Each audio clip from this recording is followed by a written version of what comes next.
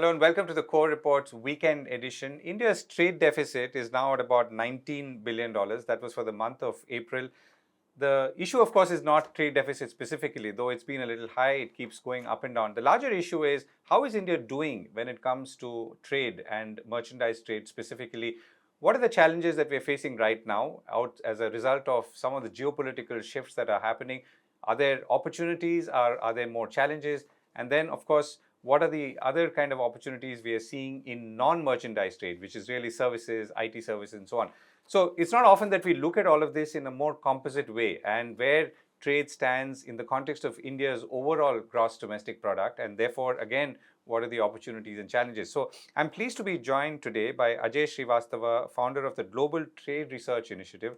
Now, Ajay Srivastava used to work for the government. He was a trade service officer and an additional Director General of the Director General of Foreign Trade, and therefore brings with him many years of understanding and experience from that world. And he's also an MBA from the Indian School of Business, but he's more importantly in recent months and years been writing on how and what India should be doing in many areas which are critical to foreign trade, and also pointing out where some of the challenges are and why perhaps we're not growing as fast as we can in some of those areas.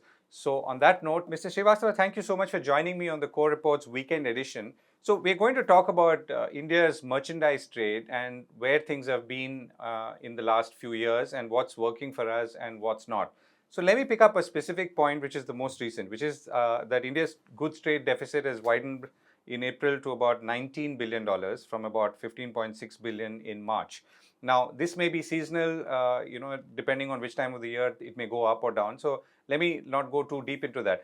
But if you can first walk us through where we stand in terms of merchandise trade at this point in both the global context and also in the context of what our capabilities are, then I'll sort of move on to the next question about more specific industries. Good evening. Thanks, Govindraj, for inviting me for this show. So I agree with you. We should not focus too much on monthly or even yearly data, considering the disruptions in the global economy for the past 6-7 years, continuous disruptions starting from COVID pandemic. In fact, we can go beyond that. But if I want to talk about the overall sense about the importance of foreign trade, and then I'll include both the merchandise and the services. In FY24, that is the financial year ending in March this year, our trade reached $1.6 trillion. If we say our GDP is $3.8 trillion, then the foreign trade has exceeded 42% of GDP. This is a big number and shows that foreign trade is an important part of Indian economy. Now coming to the merchandise trade, first we talk about the exports. Again, if we look at the yearly exports, then we say for this year the exports were down by 3.1% compared to the last.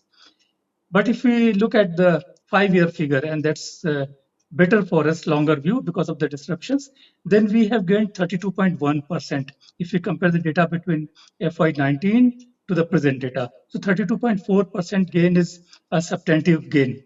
And 5-year is a better period. We have seen the challenges faced in this. We have seen the COVID-19 pandemic, Russia-Ukraine war, rising interest rates in the US and EU, and disruption in the Red Sea shipping. And 2 days back, we have seen US is probably in the mood of starting trade war again with China when they are jacking up with the import duties on EVs and host of other products. And most of the duty increases will take shape in this year itself. So if I talk at the global level, then I say India is ranked 17th globally in terms of merchandise trade. We have a share of 1.8%. Okay. So let me start with the top figure that you shared with us. You said about $1.7 trillion is our trade versus our GDP of $3.8 trillion.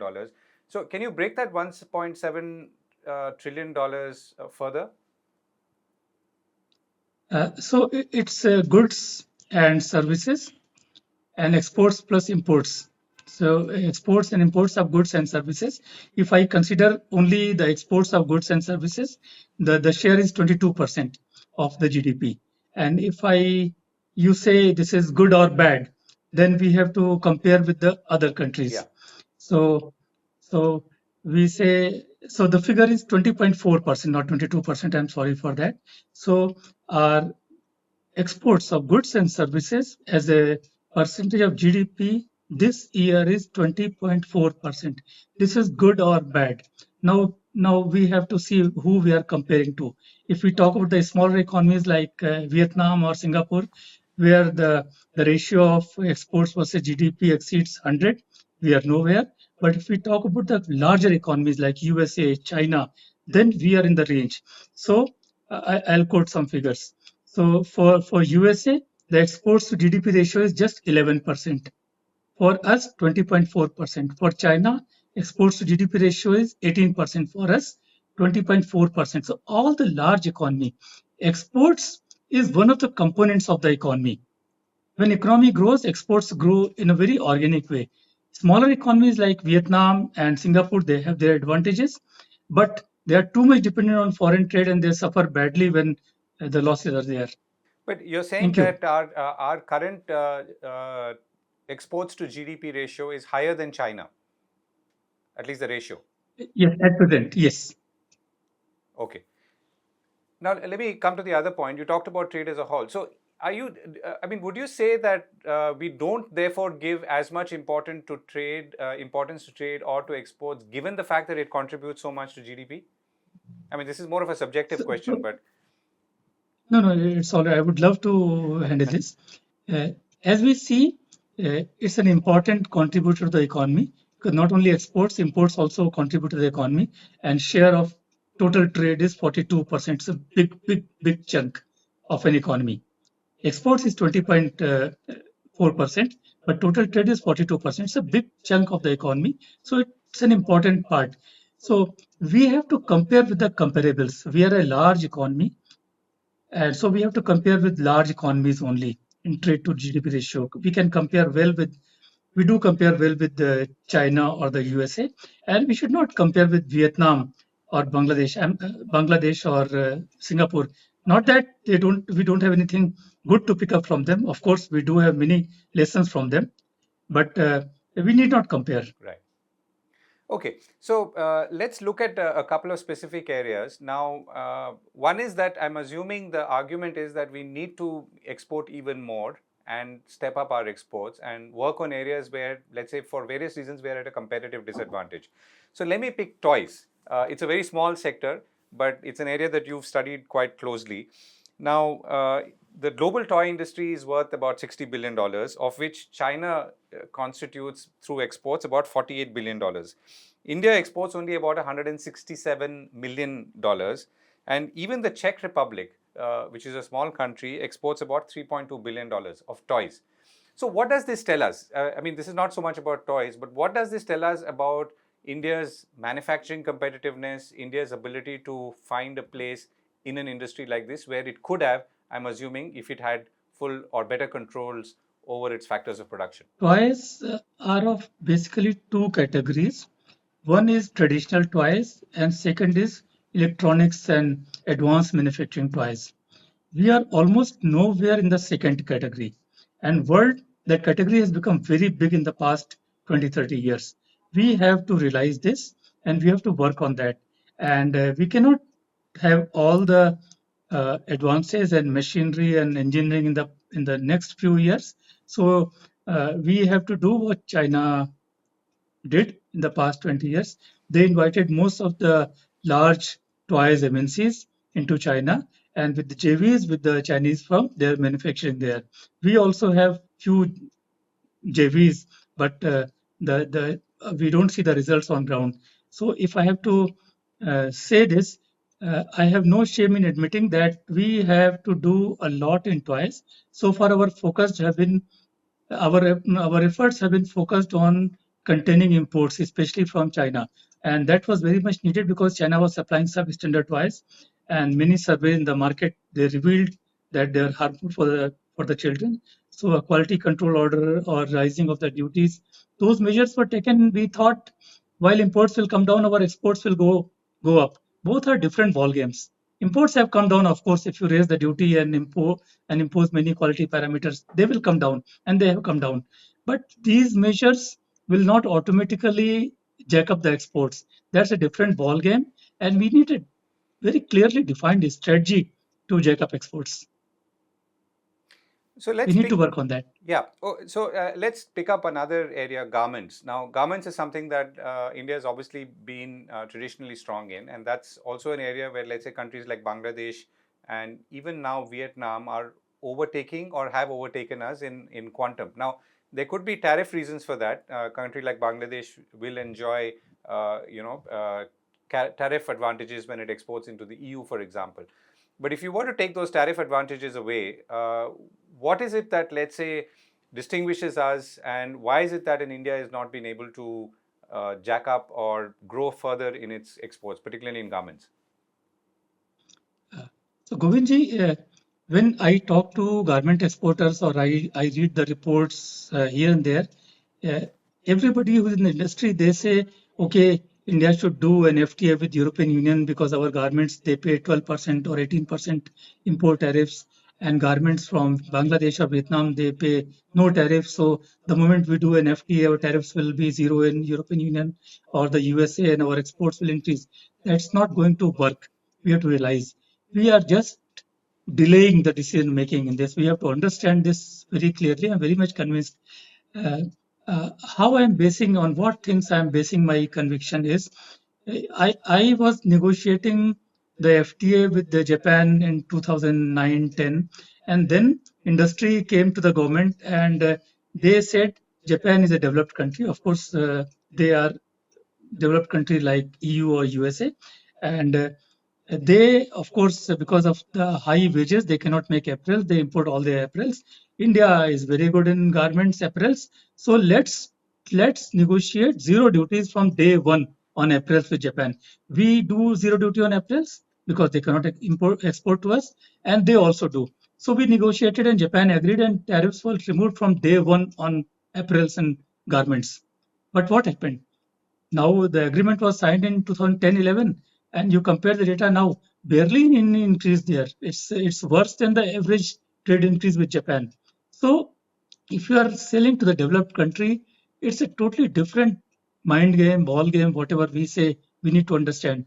Most people, when they talk about this duty thing, I think they we are not thinking enough. So my thing is, as we see garment trade has changed the past 4 decades. Now 70% of the garments, they are fast fashion garments or non-cotton garments. Our share, world share is 70%. Our share of these garments in our export basket is just 35% only. We have to change that.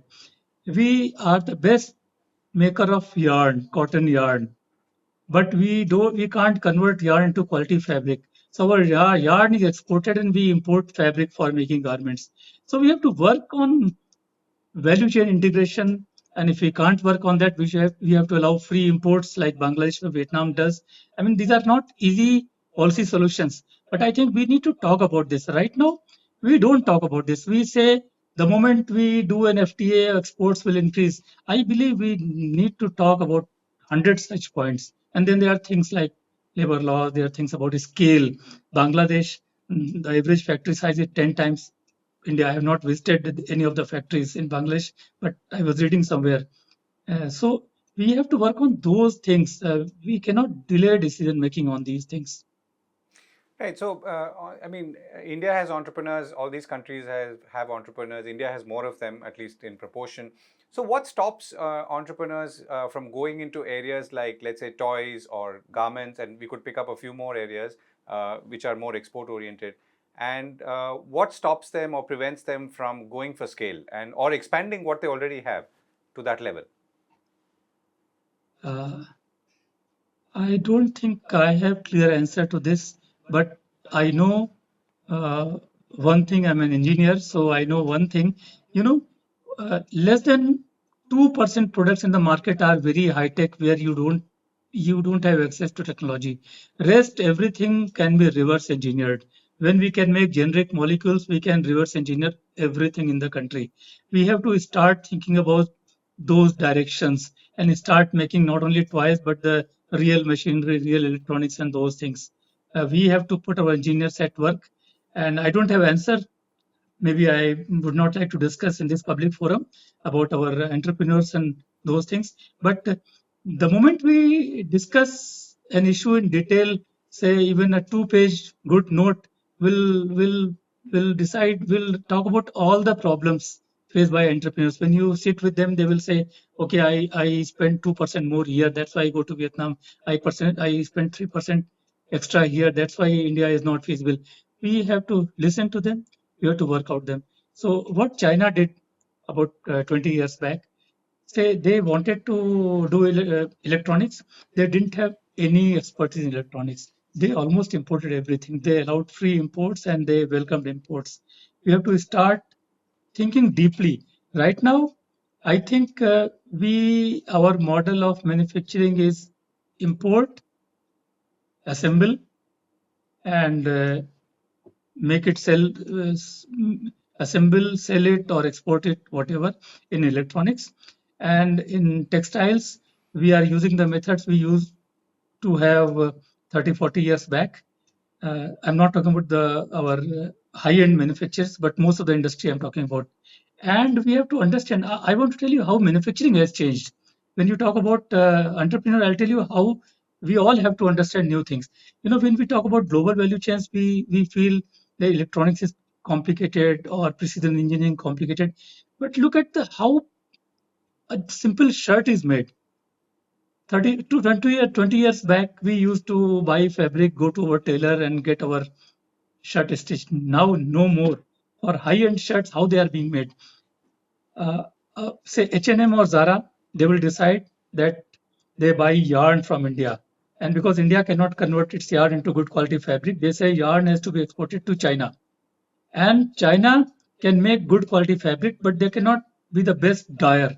So yarn from India will fly to China. China will convert into fabric, and China cannot dye it properly. So it will go to some African country, Lesotho or Spain, European country for good quality dyeing. And since European countries, their labor costs are high, labor charges are high, they cannot stitch the fabric into garments. So the dyed fabric will move to things like countries like Bangladesh or Vietnam or Ethiopia for final garments to be cut and made. So even a simple thing like shirt, same is the example of bicycle, chocolates, where 10 countries are involved in the simpler of the things. I think we are not ready. We don't understand these things, how the world has changed the past 20 years. And we still talk about the old things. We need to talk about these things, discuss these things in detail. And more than the policy instruments, how these things are to be enabled and we can help our entrepreneurs. So I think sufficient amount of discussion is not taking place. It's not that somebody is stopping. I was myself in the government and I see how much time people invest, take pain, and they are all working together with the industry. But I think the such detailed discussions, freehold discussions, more and more discussions, all the levels are very much necessary. Right, and I mean, this also in some ways brings me to my next point, because you've talked about, or rather, you described when you talked about garments, a fairly intricate global supply chain, and you said that such intricate global supply chains are there in many more industries, including in chocolates. So, and chocolates is a good time to talk because cocoa prices shot up to record highs, and then they've come back, because of which it's affecting farming patterns in Latin America and in Africa, of course. So the point that sort of brings that comes up next is obviously geopolitics, which is changing things, which is let's say affecting or reordering supply chains. Tariffs are going up. You referred to the America increasing tariffs on, let's say, most recently on steel, aluminum, electric cars by President Biden. Then other countries have, including India, are constantly increasing tariffs in the last decade. So what is this? How is this now changing trade and the elements of trade, and including export competitiveness or import competitiveness for countries like India? You must have seen plenty of good papers on trade policy. In fact, I'm talking about myself also. Mm-hmm. I have seen plenty of good papers, discussions, and many expert views, Indian experts, global experts talking about how free trade is good. and nobody was talking about the industrial policy. Because America in the 70s, in their wisdom, they decided that they don't want to manufacture in their backyard. Everything has to be shifted to China, and the whole of the country followed them. So right now, American policies with China, that tension with China. I don't want to talk about Russia-Ukraine war or the Red Sea disruptions or the Israel-Gaza war, but the defining fact is America-China war, and whatever any side says, I see the key theme is that America wants to take back what they have given to China. China was nowhere in the pre-90s. It was American help with the help of America, Europe, and Japan that they became the manufacturing powerhouse that they are today. And America feels enough is enough. COVID was a big rude shocker for everyone, and they realized they don't even produce the cough syrups for their children. Forget about the hospital supplies; they all 100% come from China, and even smaller things they were coming from China. Then they had more than 50 firms manufacturing solar panels. They all shut down because of imports from China, but they were all happy to a great period of time. And of course, India did not matter in these things at all. But now America, after the COVID especially, I feel they feel they have to rest it again. And then they thought, okay, China is doing manufacturing, but we are best in high tech semiconductor AI. But all the indexes you see, all the technical papers you see, China is going much ahead in every field. They have bigger supercomputers. They are far ahead in AI, and the only thing America can boast a monopoly is on chips. But for the past one week, 3 4 days, we are reading that China can make even 5 nm chips. I don't know how far that is true. So China is catching up very fast. US wants to wrest the control. Difficult for US to wrest this control, but for wresting this control, US is shaking the supply chains. So you can shake the supply chains at the top level, which means your top suppliers, okay, it should not be from China. But the second layer of supply chain is again Chinese. Third layer is again Chinese. You consider our pharma exports. We buy 70% of APIs from China. And if you want to make APIs like PLI is trying to incentivize making of APIs, then the chemicals which make APIs they also come from China. I mean, China has done wonderfully well, and we have all acted like fools.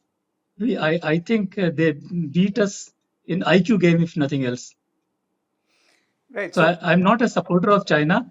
I don't like most of their policies, but this is what it is.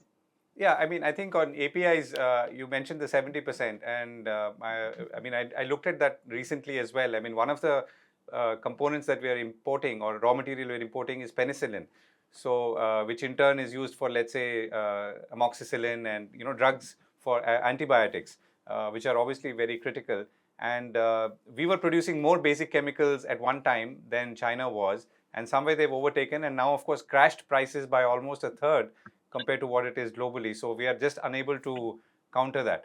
So, but in this new, the sort of the shifting world of geopolitics, how do you, and explain to us, for example, we've just done a deal with Iran, which has been going on for some time to set up a new port.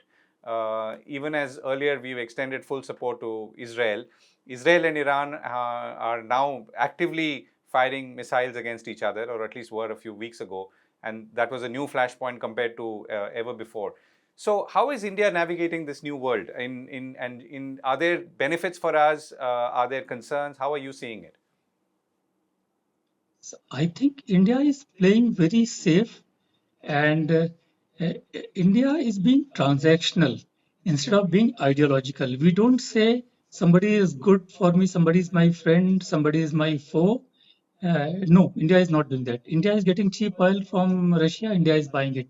India is getting uh, a way to Afghanistan and Central Asia bypassing Pakistan. So India is going for this new Chabahar. port, Hmm. Chawar port, and same IMEC initiative. And so India is being transactional. I think that's the best approach in this world. We should not be seen to be aligned with one set of the countries and opposing another set of countries. Whatever suits our country at this moment of time, we must take those action. I think that's a perfect foreign policy. I totally agree with this broadly.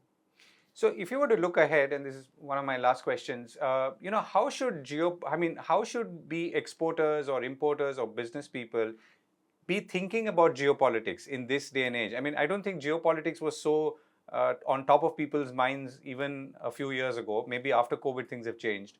And how should that determine what we do and what we manufacture and what we aim for, even in our ambitions? So these things are important. Geopolitical changes are important. But if you see global trade is rising, that rate of rise has moderated in the past few years, but it's steadily rising. It's about 32, 33 trillion dollars. 24 trillion dollars of goods and rest are services is steadily rising, and exports from India, if in the past 5 years, is done by 40%, as we have seen.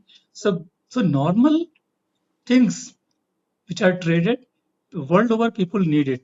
And whatever America says about China, China will continue to be the factory of the world. You must have seen this 2 days back old order of Russia of USA, where they increase the tariffs on EVs and the components. Yeah. They say no tariff increase on industrial products. So US is clear enough what they cannot make, and they need to source from China. So in the next, I don't see much change at the ground level in the next 10 years, whatever we say. But it's a great opportunity for India, because our trade levels just with 1.8% merchandise trade is too low. With some effort, we can double it. I don't see any problem with that. Right. And last question. So we've talked about merchandise trade all this while. You've also argued in some of your articles about how services should look beyond information technology. Tell us why and how that could play out. So two things stand out. One is today, software exports and IT services, they account for about 50% of India's trade. But about 70% of this export earnings come from USA, just one country. Suppose some problem happens with the USA, this will be a problem. So we need to diversify, and despite our efforts, we are not able to diversify.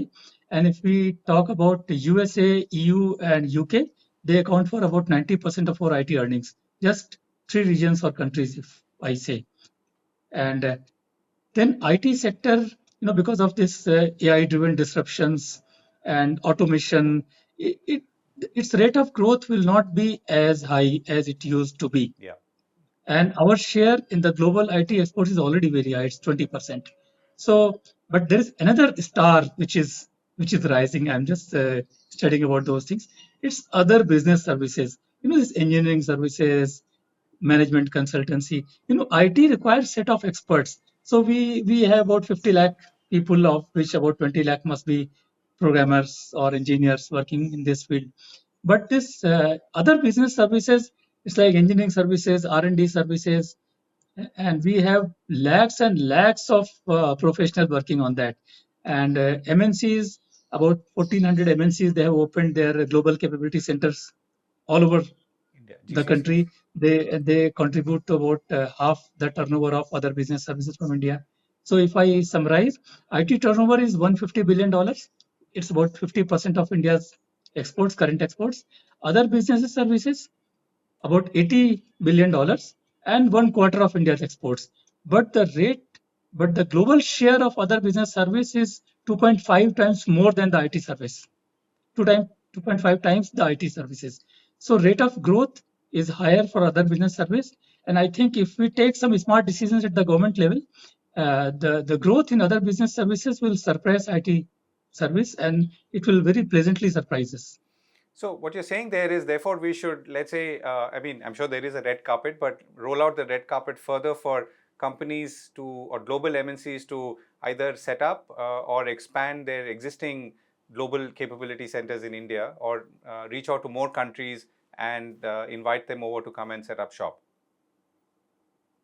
Uh, that's part of the story. Uh, Global capability centers, they account for an estimated about half the exports in other business services. Rest half comes from Indian firms. These BPOs and KPOs, many of them they graduated to supply services under this head, and so that area compared to our expertise, our exports are very less, and we need to do a lot of work. So inviting MNC is fine; they will come because they don't face logistics or labor issues Hmm. in this sector happily. So they will come and they are coming already. India is one of the largest centers for global capability centers. I am talking about how to engage our professionals, our CAs, our architect, our engineers who are capable, how to expose them to global practices, global markets. A lot of work needs to be done in that. And once that happen and that's within reach, if with some smart decisions, if some we do some three, four things alone, I think the share of other business services will be very high. Right. And before I go, last question. So, what are you working on right now as a theme or report which we should be looking out for? So I'm watching a lot of Netflix movies right now, and if any good areas to work is there, most welcome. But I am very much worried about the fruits we eat. We buy banana from the nearby markets, and it goes stale. We buy mango, and we say it's carbide treated. So the quality of fruits, whatever we eat. So I want to invest some time understanding what is happening. In the food chain. We've run out of time, Mr. Srivastava. Thank you so much for joining me.